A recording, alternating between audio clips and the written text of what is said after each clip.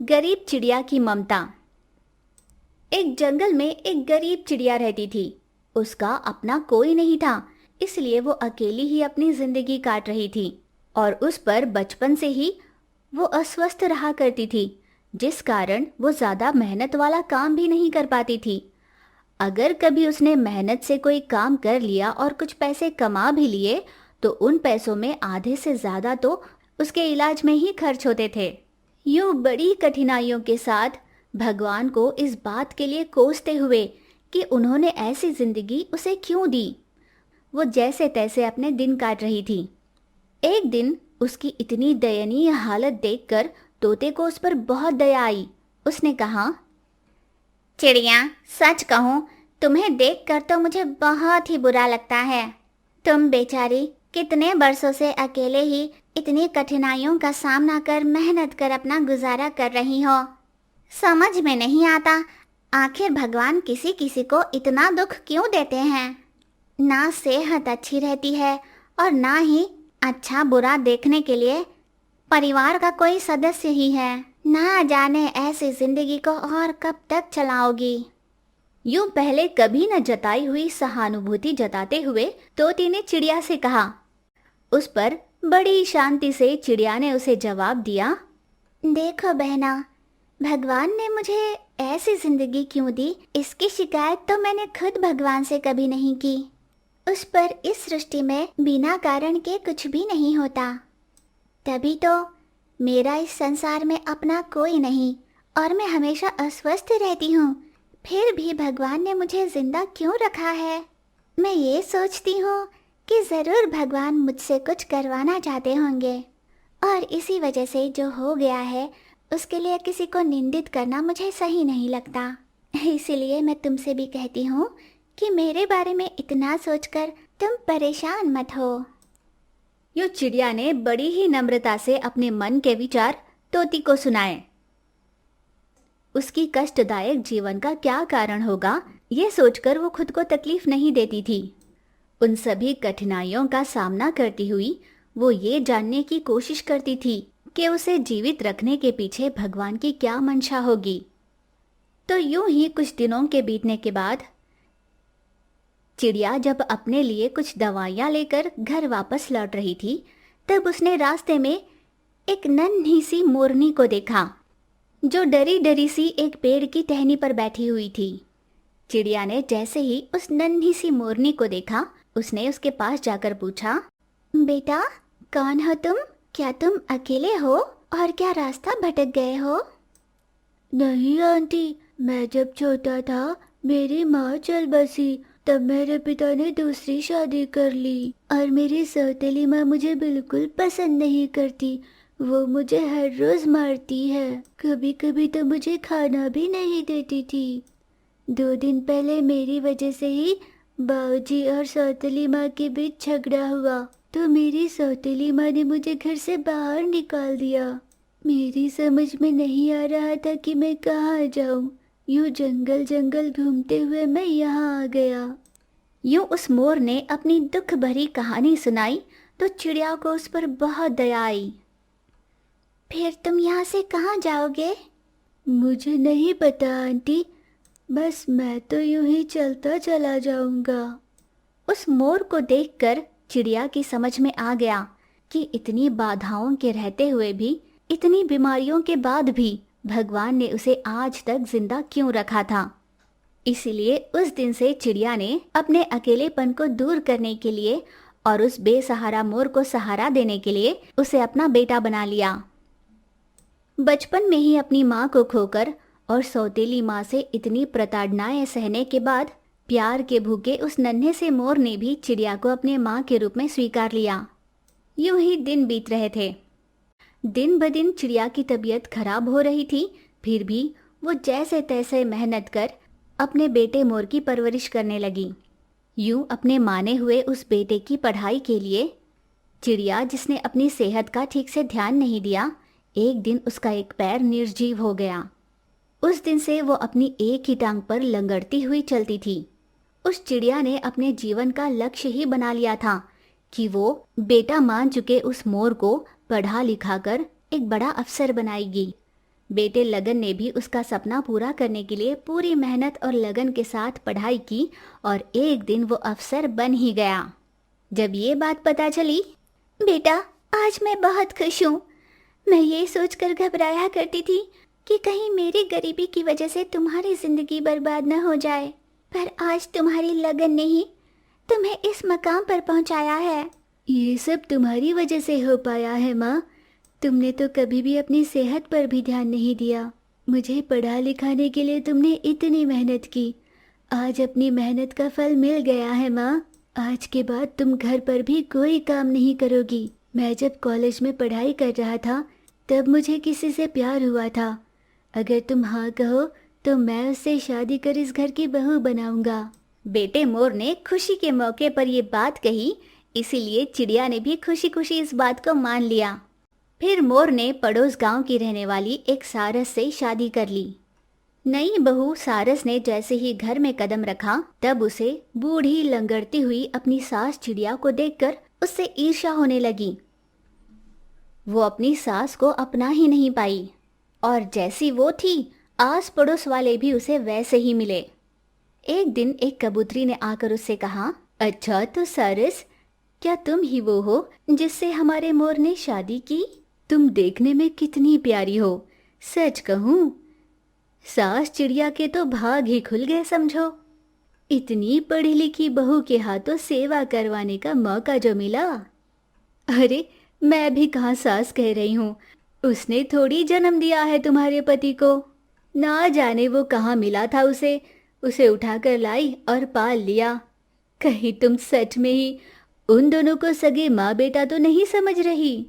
बेटे ने शादी कर ली और पत्नी को घर ले आया, फिर भी घर पर ही पड़ी हुई है, वो कहीं गई नहीं। खैर छोड़ो, ये तो तुम्हारी निजी बातें हैं, मुझे क्या लेना देना। वैसे मैं यही पड़ोस में रहती हूँ, कभी कोई काम पड़ जाए तो कह देना। यूं वो जिस आग लगाने के काम से वहां पर आई थी वो उसने कर दिया और वहां से चली गई। जो सारस पहले से ही अपनी सास को नापसंद करती थी, जैसे ही उसे ये बात पता चली कि वो उसके पति की असली माँ भी नहीं है, उस दिन से तो वो अपनी सास से और भी ज्यादा नफरत करने लगी। हर बात पर चिड़चिड़ करने लगी। जिस बहू से वो प्यार की उम्मीद कर रही थी, उसी बहू से इतनी नफरत पाकर चिड़िया बहुत ज्यादा दुखी हो गई, पर उसने कभी भी ये बात अपने बेटे मोर तक जाने नहीं दी। एक दिन रात के समय पत्नी सारस ने अपने पति मोर से कहा, सुनिए जी, आपकी इतनी अच्छी नौकरी है, आपका वेतन भी बढ़िया है, हमें आपके पैसे सेव करने चाहिए, हम फिजूल के खर्चे कम कर देंगे। हाँ ठीक है सारस, पर हम ऐसा कौन सा फिजूल का खर्च कर रहे हैं? जितना मैं कमाता हूँ उसमें हम देख समझ कर ही तो खर्च करते हैं। वैसे भी माँ ने मुझे बचपन से ही पैसों की बचत करना सिखाया है। तुम कहोगे भी तो फिजूल के खर्च नहीं करूँगा। मेरा मतलब है आप अपनी माँ का ट्रीटमेंट करा रहे हो ना? भला इस उम्र में उन्हें ट्रीटमेंट की क्या ज़रूरत है? हम उन्हें ऐसे ही छोड़ देते हैं और वही पैसे हम खुद के लिए सेव करेंगे। जैसे ही पत्नी सारस ने ये बात कही, मोर को उसकी माँ को लेकर पत्नी के दिल में नफरत का पता चल गया। अगर वो उसी पल जोर से चिल्लाकर उसे डांट देता तो उसके मन में रही कपटता का उसे पता नहीं चलता, इसलिए वो चुप रहा और अपनी पत्नी के मन में क्या क्या बातें चल रही है ये जानना चाहा। हाँ ठीक है, हम ऐसा ही करते हैं। बताओ और क्या करना चाहती हो? और हम क्या करेंगे, हाँ, आपके ऑफिस के बगल में ही हम एक घर ले लेंगे और वहीं पर रहेंगे।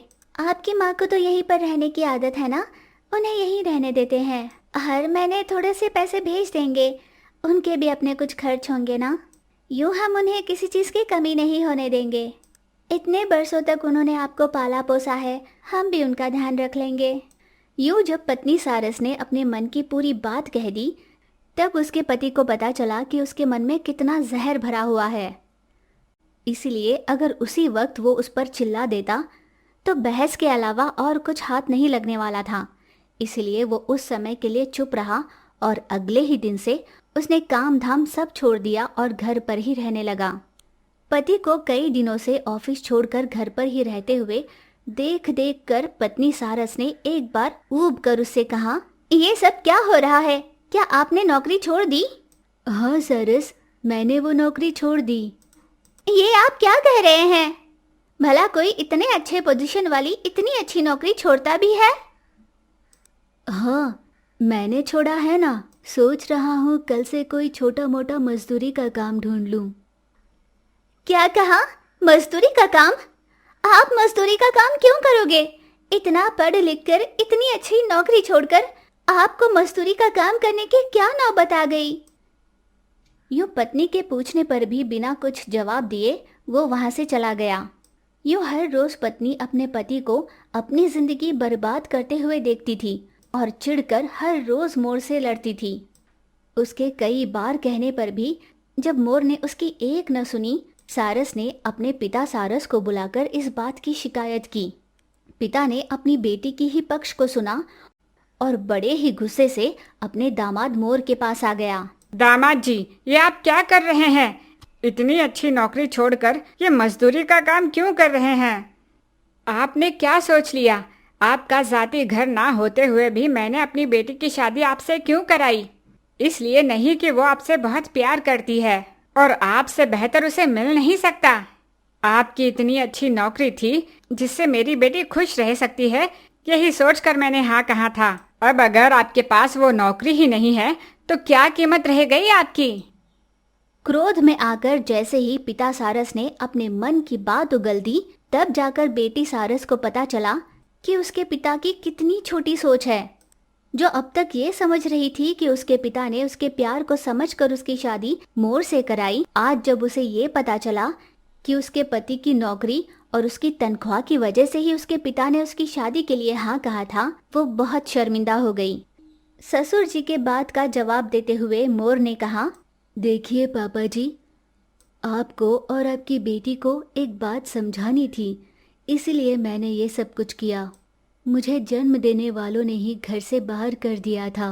दर दर भटक रहे मेरा हाथ थामकर मेरी माँ ने ही मुझे पाल पोस कर बड़ा किया। वो माँ जिसने हमेशा अपनी बीमारी को नज़रअंदाज किया और मुझे पढ़ा लिखा कर अफसर बनाने के लिए मेहनत कर एक एक पाई को जोड़ा।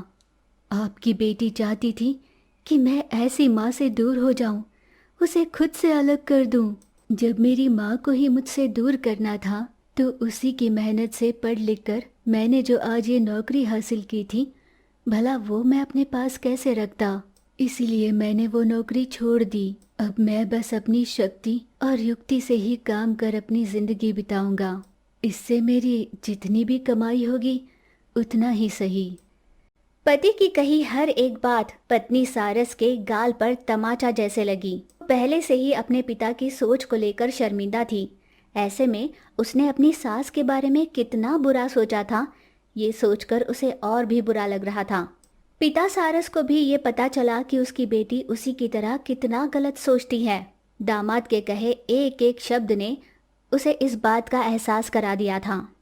इसीलिए अपनी बेटी के ससुराल की निजी बातों में दखलंदाजी करना सही नहीं, ये जानकर वो चुपचाप वहां से चला गया। अपनी गलतियों पर पछताकर पत्नी सारस मोर से बोली, सुनिए जी, मेरी समझ में आ गया है कि मैंने कितनी बड़ी गलती कर दी है। आप उनके सगे बेटे नहीं थे, फिर भी उन्होंने अपनी मेहनत और प्यार से तुम्हें पाला पोसा और इतना काबिल बनाया। इसलिए अब उनका ध्यान रखना हमारी जिम्मेदारी है। आज के बाद मैं सासू माँ का पूरा ध्यान रखूंगी, किसी चीज की कोई कमी नहीं होने दूंगी। मेरी हर गलती के लिए मुझे माफ कर दीजिए। यूं जैसे ही पत्नी सारस ने कहा, उस दिन तक नौकरी छोड़ने का नाटक कर रहे मोर ने फिर से नौकरी ज्वाइन कर ली और हमेशा की तरह पूरे उत्साह के साथ काम करने लगा। यहाँ पत्नी सारस ने अपनी सास को अपनाया और उसकी इतनी सेवा करने लगी कि उसे अपना पैर जमीन पर भी रखने नहीं देती थी। तो इस तरह खून का रिश्ता ना होते हुए भी चिड़िया की ममता की वजह से उसे एक भरा पूरा परिवार मिल गया। चिड़िया और दो आम के पेड़। बहुत समय पहले एक सुंदर सा जंगल हुआ करता था। एक दिन उस जंगल में बहुत जोर से बारिश होने लगी। उस घनघोर बारिश में दो आम की गुठलियाँ चिड़िया के पेड़ के नीचे आकर रुक गई। पहली गुठली ने कहा, दोस्त, हम कितनी ही दूर से यहाँ आकर रुक गए हैं, लगता है अपने भाग्य में यहीं पर उगना लिखा है। तुम चाहो तो उगलो, मैं तो धरती के अंदर ही रहूंगी। अरे ये तुम कैसी बातें कर रही हो दोस्त? हमें तो पेड़ बनकर औरों की सहायता करनी चाहिए ना। ना बाबा, मुझसे ये सब नहीं हो पाएगा। धरती को चीर कर बाहर निकलो, धूप, हवा और बारिश को बर्दाश्त करो। जब पेड़ पर फल उगाए तो पत्थर से मार भी खाओ। इन सब की भला मुझे क्या जरूरत। पहली गुठली उसे और समझाने में असमर्थ रही, इसलिए वो खुद उगकर पौधा बन गई, पर दूसरी गुठली धरती में ही छिपी रही। अगली सुबह जब चिड़िया टहल रही थी तब उसने पौधे को देखा। अरे वाह, ये पौधा तो बहुत सुंदर है। चिड़िया खुश होकर उसकी देखभाल करने लगी। फिर जब ठंड के दिन शुरू हो गए तो पौधा ठंड में कांपने लगा था। उसकी ऐसी हालत देख दूसरी गुठली उस पर हंसने लगी। देखा तुमने, तुम्हें कितनी ठंड लग रही है, इसीलिए तो मैं अंकुरित होना नहीं चाहती थी। तुमसे मैंने कहा भी था। पता है धरती के अंदर कितनी गर्माहट है। ये कहकर उसका मजाक उड़ाने लगी। अगले दिन चिड़िया अपने किसी काम से हड़बड़ी में निकल गई। उसने पौधे की ओर मुड़कर देखा भी नहीं। देखा तुमने चिड़िया कैसे निकल गई? जब तुम पर फल आएंगे तो मजे से खाते हैं ये सब, और जब तुम में जान नहीं रहती तो मैं छोड़ देते हैं। यूं उस गुठली ने बड़े गुस्से से कहा। कुछ महीने यूं ही बीते। पौधा पेड़ बन गया और उस पर फल लग गए। फल देखकर चिड़िया बहुत खुश हो गई। वो तुरंत पेड़ में पानी देने के लिए गई। जब चिड़िया पेड़ में पानी दे रही थी तब पेड़ की आंखों से आंसू निकल रहे थे। अरे अरे मेरे प्रिय दोस्त, तुम रो क्यों रहे हो? हुआ क्या है? यूं अपनेपन से चिड़िया ने पूछा। तब पेड़ ने कहा, दोस्त, मुझे कईयों ने बताया कि मनुष्य बहुत ही स्वार्थी होते हैं, पर उनका ये गुण तो तुम में भी आ गया। जब मैं ठंड में कांप रही थी तब तुम मेरे पास नहीं आई। कम से कम अगले दिन तुमने मेरी ओर देखा तक नहीं। अब जब मुझ पर फल उगने लगे हैं तुम मुझ में पानी देने आई हो। तो उसकी बात पर चिड़िया सोचने लगी। दोस्त, मैं तुम्हारा दर्द समझ सकती हूँ। मुझसे बहुत बड़ी गलती हो गई। दरअसल ठंड के कारण उस दिन मुझे बहुत बुखार आया हुआ था और इसलिए मैं जल्दी में डॉक्टर के पास जा रही थी। उन्होंने मुझे कुछ दिन आराम करने के लिए कहा, इसलिए मैं तुम्हारा ध्यान नहीं रख पाई और इस दौरान तुम बहुत बड़ी हो गई। मुझे माफ कर दो दोस्त। आज के बाद मैं तुम्हारा पूरा ध्यान रखूंगी। इस तरह चिड़िया ने पेड़ से वादा किया। उस दिन से चिड़िया पेड़ का बहुत ध्यान रखने लगी। हर दिन उसमें पानी देती और जरूरी खाद भी उसमें डाला करती। पेड़ के टहनी के चारों ओर पानी रुक पाए, इसीलिए चिड़िया ने वहाँ पर खुदाई शुरू की। घास फूस कांटों को उसने दूर किया। इन सब के साथ साथ धरती में रही दूसरी गुठली उन कांटों में फंसकर बाहर निकली और दूसरी ओर उस पेड़ पर चिड़िया ने अपने दोस्त तोती और कौवी को भी बुला लिया और वे सभी फल खाते हुए बहुत अच्छा समय बिताया करते। पेड़ भी उन सभी पक्षियों के साथ बहुत अच्छा समय बिताया करती थी। कांटों के बीच फंसी हुई दूसरी गुठली अपने फैसले पर पछता रही थी। अगर मैंने थोड़ी तकलीफ बर्दाश्त कर ली होती तो आज मैं भी उसकी तरह मजे कर रही होती। अब अपने फैसले पर पछताने के अलावा मेरे पास और कोई रास्ता नहीं।